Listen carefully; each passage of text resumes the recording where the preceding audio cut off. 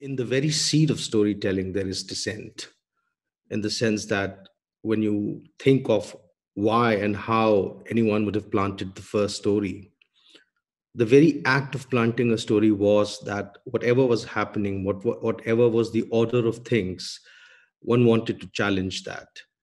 And in order to challenge that, one had to create a narrative, and that narrative was planted. And then subsequently, people bought that narrative, and that narrative became like the widely held belief, which resulted in the older order getting displaced by the newer order. So if we understand storytelling is subversive, it has dissent in its seed, and this is how it works. It replaces one set of narrative with the other set of narrative. Now, what has happened in last 2 or 3 decades or 4 decades, the rise of neoliberalism, is that uh, the liberal order that was created, the narrative of democracy, the narrative of equality, the narrative of prosperity, the narrative of growth, no matter how much it may seem to us a very altruistic kind of an agenda, but there were holes in that. And one of the holes was that when you live on a finite planet, you cannot have an infinite growth.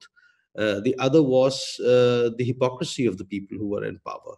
For all the good thing that they espoused and for all the good things that they said, their actions were not meeting their words, were not matching their words.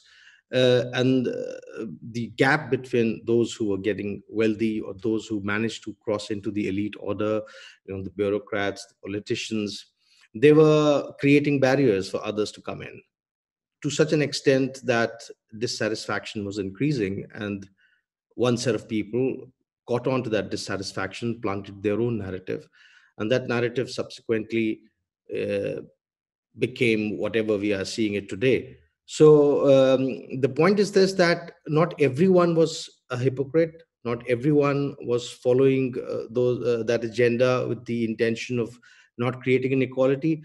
But when at mass levels narratives get displaced, uh, it is very difficult to distinguish between what's right and what is wrong, who is right and who is wrong.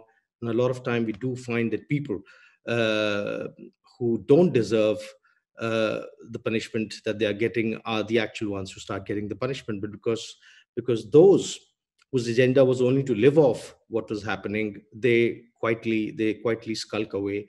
And those who are left on the forefront are actually the people who believed in the ideas. And that's what we are seeing, that people today who are suffering, who are in the jail, in various jails, are actually the people who believed in the idea of equality, who believed in the idea of an inclusive society, and they are the one who are facing the brunt.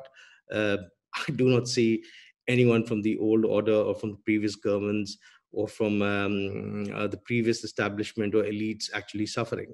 So, what we need to really look at is understand how the narrative of the people who have hijacked everything is working, and understand how we can create more rightful narratives, more rightful stories, for people to realize that everybody is being hoodwinked, and we need a better set of stories, a better set of narratives to conquer back the imagination if we want to do that.